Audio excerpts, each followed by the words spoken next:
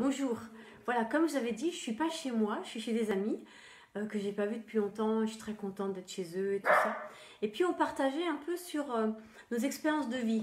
Alors, et je racontais ce que je vivais un peu quand j'avais autour de 20 ans. Et c'est intéressant cette période où on sort de l'enfance et où on rentre dans l'âge adulte et tout ce qui a besoin de changer dans nos têtes. Alors, je ne sais pas comment c'était pour vous cette période. En tout cas, je sais que pour moi, ça a été une période absolument, absolument, terriblement difficile. Eh bien, parce qu'il y avait plein de choses pas construites en moi de la bonne manière et que le Seigneur a vraiment dû travailler sur les fondements. Et ça a été une période de grands combats. Voilà. Et j'avais à cœur depuis hier, le Seigneur m'a mis à cœur depuis hier de parler du combat spirituel. Et puis la pensée qui me venait, c'est que de faire un tour d'horizon avec vous. Alors demain, à 16h30, pendant le temps de partage, de faire un tour d'horizon avec vous de ce que dit la Bible sur le combat spirituel. Et pour l'instant, tous les textes qui me viennent un peu à la pensée sont chaque fois des textes terriblement concrets. Vous voyez, dans le concret. Par exemple, David et Goliath. Vous voyez, et c'est vrai que c'est quelque chose qui grandit en moi ou qui devient plus présent en moi, je ne sais pas comment le dire, du fait de ce que je me saisis de ma judaïté. Vous savez, cette phrase qui revient beaucoup dans le judaïsme, nous ferons et nous comprendrons. Et du coup, pour le combat spirituel, le Seigneur était en train de me dire, mais tu sais Catherine, avant d'être spirituel, le combat, il est concret. Il est concret, il est dans ta vie de tous les jours. Et puis, je vais vous raconter un petit témoignage, surtout sur le concret du combat spirituel et de ce que c'est que de traverser la vallée de l'ombre de la mort quand on a 20 ans. Et que c'est un combat spirituel. Et donc, le Seigneur m'a montré à quel point c'était concret, c'était réel, et que Paul, quand il parle du combat spirituel, eh bien, il parle de choses tout à fait concrètes et réelles, dans le sens où, eh bien, il se retrouve en prison pour avoir témoigné, dans le sens où, vous voyez, il est fouetté, il est laissé pour mort, toutes ces choses que nous, on n'a jamais vécues. On n'a jamais vécu, donc on a désincarné parfois les choses. Et tout d'un coup, on a séparé, vous voyez, comme séparé le monde spirituel, les choses spirituelles des choses réelles et concrètes. Alors que dans la pensée juive, elles sont complètement liées. Et que quand la Bible finalement parle du combat spirituel, elle en parle de manière extrêmement concrète. Parce que la Bible va toujours considérer la personne dans son entièreté, corps, âme et esprit. Et il va être important de savoir qu'est-ce qui relève du corps, qu'est-ce qui relève de l'âme, qu'est-ce qui relève de l'esprit. Alors, mon petit témoignage. Quand j'avais 20 ans, quand j'avais 19 ans, j'ai eu mon bac. Où j'ai redoublé ma seconde, donc j'ai eu mon bac à 19 ans. Et je me suis convertie. Et je vais raconter que ce bout d'histoire, parce que sinon ça va être trop long. Et parce que les premières années de conversion dans mon parcours ont été vraiment très difficiles et ont été un vrai combat spirituel. Donc je me suis convertie quand j'avais 19 ans dans une paroisse en Moselle grâce à un pasteur qui était un homme de Dieu, un homme de la parole. Et au groupe de jeunes, vraiment on étudiait la parole. Et donc j'ai commencé à lire la Bible pour lui prouver qu'il avait tort et que ce qu'il disait sur Dieu, c'était pas vrai. Donc vous voyez, il y a déjà une dimension de combat dans notre relation, parce que concrètement, au groupe de jeunes, eh ben, je parlais contre lui. Je disais, mais non, c'est pas possible, j'essayais de trouver des arguments, de discuter, et c'était très conflictuel, très... Voilà. Et pendant 2 ans de groupe de jeunes, et bien finalement, de 2 ans à lire la Bible, et j'ai commencé à lire la Bible à la maison aussi, alors pas pour les bonnes raisons, hein. Moi, je lisais ma Bible pour lui prouver, pour trouver dans la Bible quelque chose qui me permettrait de lui prouver que ce qu'il disait sur Dieu n'était pas vrai. Et forcément, hein, je n'ai jamais trouvé, mais du coup, j'ai vraiment lu la parole. Et très vite à la maison, dans le réel, c'est devenu encore plus compliqué que c'était avant. C'est difficile d'imaginer. Mais donc mes parents avaient divorcé depuis longtemps, j'avais fait une fugue, donc vous voyez c'est déjà pas simple. Et là j'étais à 18 ans, j'habitais chez ma mère. J'avais quitté l'endroit où j'habitais avec mon père pour aller vivre chez ma mère. Donc les relations avec ma mère se sont très vite dégradées, ont été tendues et de plus en plus. Et au fond, et c'est ça qui est important, et c'est pour ça que je parle de ça, hein, c'est pas pour dire que... Mais c'est pour montrer, plus je grandissais dans le Seigneur et dans sa parole, plus les relations avec ma mère devenaient compliquées, difficiles, au point où un jour, c'est devenu violent. Voilà, c'est devenu violent. Et ça a fini que je me suis convertie et ma mère m'a mis à la porte. Donc j'étais en terminale au mois de septembre. Voilà, c'était le début de l'année scolaire et ma mère m'a mis à la porte et j'ai dû partir de la maison. Vous voyez, donc, mais je venais de donner ma vie, non pas encore à ce moment-là, pardon, j'ai donné ma vie au Seigneur. Voilà, j'étais en route pour donner ma vie au Seigneur. J'ai donné ma vie au Seigneur à un séminaire au mois de février. Et là, on est à l'automne.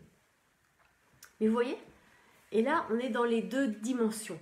Spirituellement, je m'approchais du Seigneur.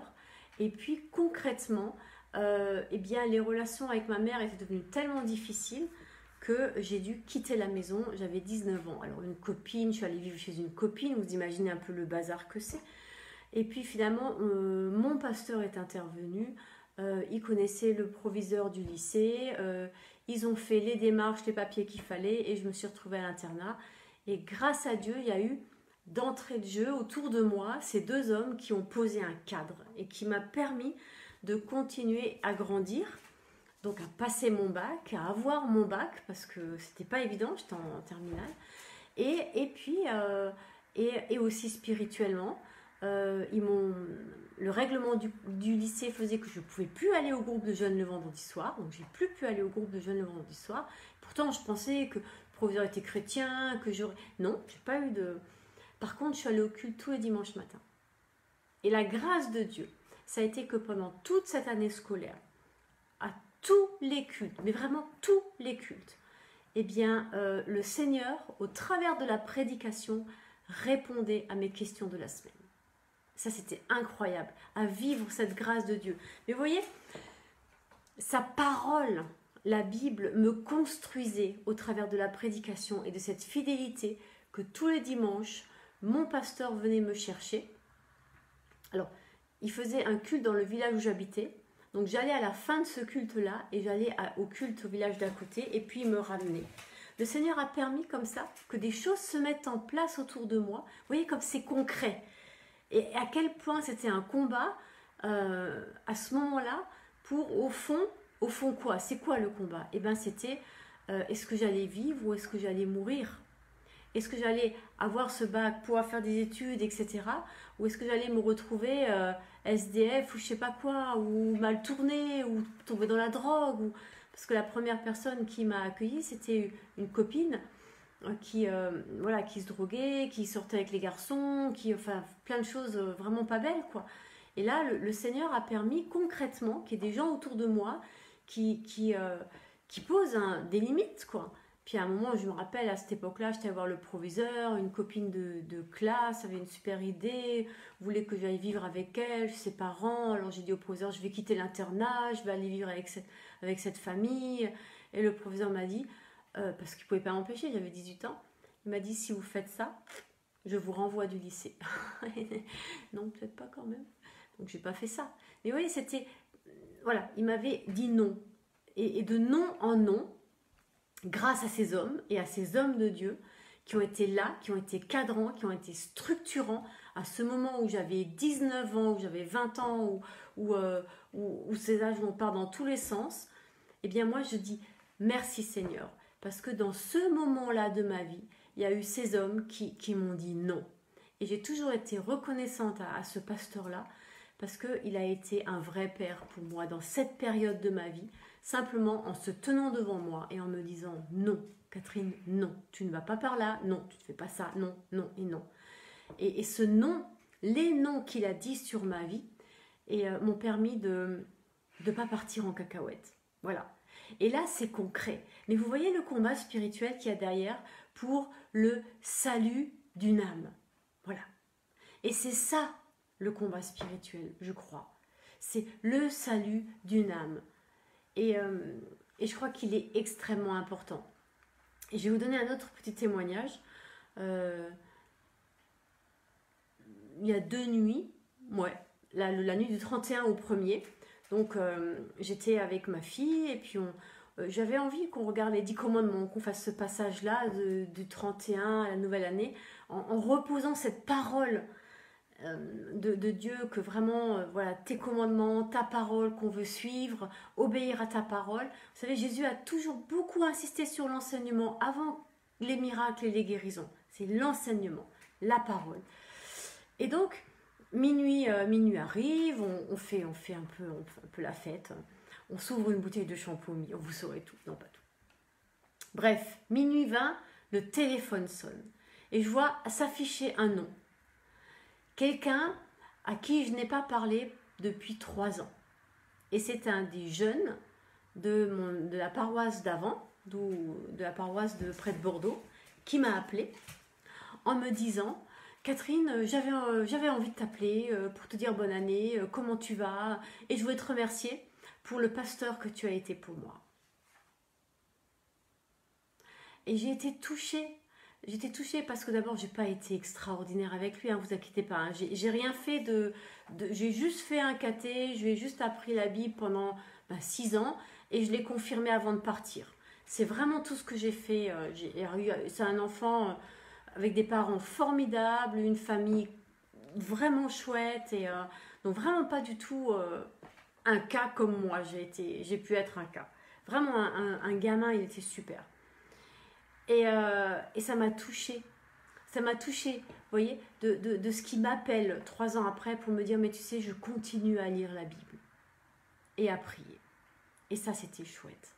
C'était chouette de voir que, eh bien, le fait d'avoir été dans cette paroisse, de m'être battue pour pouvoir enseigner la parole, pour pouvoir les aider à grandir dans cette parole, pour avoir ces discussions, ces débats avec eux, cette façon de faire du caté différente, vous voyez, le fait de parfois me poser aux jeunes en disant: non, ça, je suis pas d'accord, réfléchis à ce que tu fais, pose-toi des questions, relis ta Bible, ça valait le coup.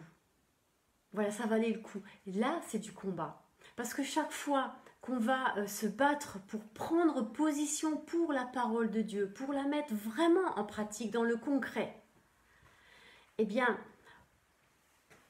on ne le verra pas, forcément, peut-être jamais, pas tout de suite. Moi, j'ai eu cette chance incroyable qui m'a appelée avant-hier soir pour me dire merci. Mais combien de fois ça n'arrive pas? Et de temps en temps, ça arrive juste pour nous encourager et dire: continue. Et moi, j'ai entendu son coup de fil, un premier de l'an, comme si, au-delà de lui, une parole d'encouragement: continue à te battre pour annoncer ma parole. Vous voyez? Continue à t'enraciner dans ma parole.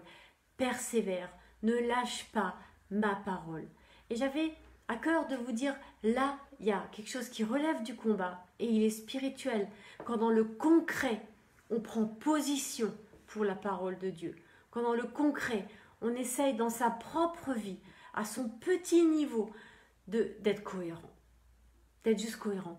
Il y a 10 commandements, ok, je les mets en pratique. Donc pourquoi est-ce qu'on fait Shabbat? Parce que c'est dans les 10 commandements. Vous voyez? Est-ce qu'il y a vraiment à philosopher sur ça? Non, c'est un commandement. Pourquoi est-ce qu'on ne tue pas? Parce que c'est dans les 10 commandements. Est-ce qu'il y a à philosopher là-dessus? Non, il n'y a pas. Vous voyez ce que je veux dire? C'est un moment simplement prendre sa Bible et dire: ok, c'est écrit. Alors bien sûr, il y a des choses sur lesquelles il faut réfléchir.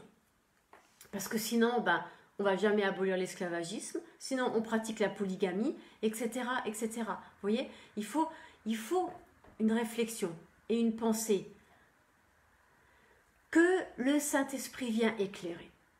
Que le Saint-Esprit vient éclairer, parce que sinon, on peut partir dans des mauvaises directions. Mais ça, c'est un combat.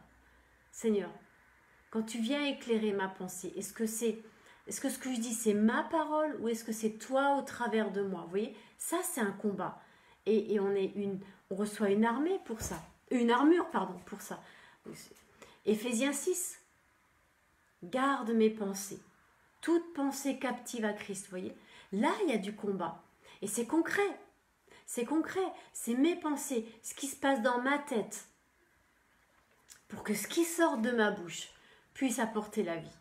Et pour qu'on puisse avoir plein de coups de fil un 31 décembre à minuit pour dire merci, je continue à prier et à lire la Bible. Eh bien, sur ce coup-là, ce combat-là, il est gagné. Il est gagné. Et je prie qu'on puisse remporter beaucoup, beaucoup de combats de cette sorte-là. Parce que ça change des vies dans le concret. Vous voyez la dimension du combat spirituel, eh bien, elle est concrète. Et dans ce concret-là, et la dimension du combat spirituel, elle a une raison d'être. Sauver des âmes, permettre à des gens de rencontrer le Seigneur et de vivre conformément à sa parole, conformément à la Bible, d'être aligné corps, âme et esprit, et du coup de tenir la route, d'être heureux. Oui, d'être heureux, j'ose le dire. Alors, eh bien, en ce début d'année, Seigneur, donne-nous de revenir à ta parole, de la vivre, pas juste de la mettre en pratique comme on mettrait en pratique une recette de cuisine. Non, mais de la vivre pleinement. Et qu'elle nous habite, et qu'elle nous illumine, et qu'elle nous donne de faire avancer le monde, la société. Qu'elle nous permette d'aider d'autres à sortir des ténèbres pour entrer dans la lumière. Tout comme moi, quand j'avais 20 ans, eh bien, mon pasteur et mon proviseur de lycée ont été là pour m'aider concrètement à sortir des ténèbres pour entrer dans la lumière. Et j'ai pu continuer d'avancer dans ma vie. Parce qu'il y a eu eux et après il y a eu beaucoup d'autres gens. Il y a eu beaucoup d'autres gens. Et parfois, en ce début d'année, c'est bien de jeter un coup d'œil dans le rétro et de dire oh, Seigneur, merci pour tous ces gens.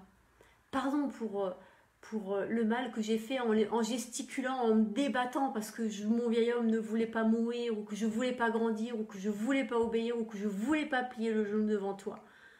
Et pardon pour le mal que je leur ai fait. Et merci parce qu'ils ont tenu ferme. Et moi, je suis tellement reconnaissante à mon pasteur d'avoir dit non.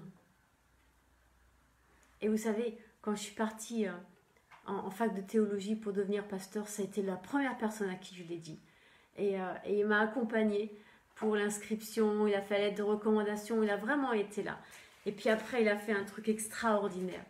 Il m'a emmenée dans une paroisse à Strasbourg et m'a dit « Ta paroisse, ce sera là et tu y restes. » Et c'était vraiment formidable parce que j'ai obéi et je me rends compte aujourd'hui à quel point c'était important de ce que je m'enracine dans ce lieu et que j'y reste. Et j'ai tellement grandi, appris, mais j'ai été travaillée, j'ai tellement pleuré aussi parce que c'était dur d'être refaçonné, d'être remodelé pour être le vase que le Seigneur voulait que je sois.